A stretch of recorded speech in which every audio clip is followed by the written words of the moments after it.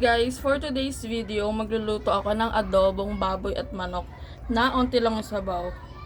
At kung tawagin ng iba ay adobong tuyo. Pero akin nalagyan ko lang din kasi siya ng onting sabaw kasi kay Adi. Tapos, lalagyan ko pala siya ng ano guys, itlog at saka patatas. Pero isang patatas lang tsaka isang itlog lang ilalagay ko kasi para kay Adi lang. Kasi yung mga matatanda, kumpleto na sila dun sa manok tsaka baboy. Tapos lalagyan na lang daw nila ng sili yung kanila. First guys, nilagay ko muna yung bawang. Syempre, alam nyo naman na ang pagluto ng adobo. Diba? Pinaano ko lang din. Iba-iba tayo ng luto ng adobo. Yung iba, hindi na nagigisa, diretso pakulo. Ganun.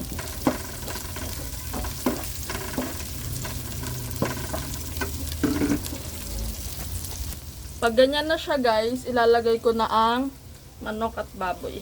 Ayan. Ayan siya. Para mag-isa na natin.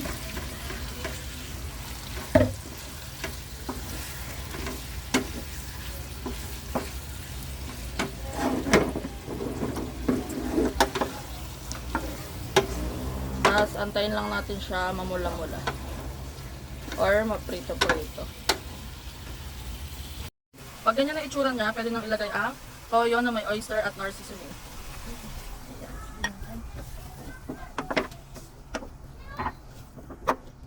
May suka, mamaya natin siya ilalagay.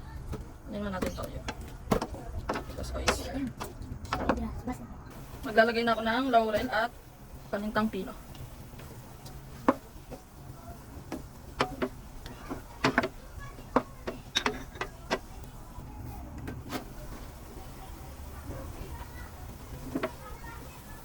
Lalagay na rin ako ng asukal. Asukal na potato. Masarap ang adobo pag pinakuluan pala sa ano, sa Sprite. Kasi hindi ako naglagay ngayon. Sprite o kaya Coke. Tapos ano yung tamis niya. Yung lasa kakaiba.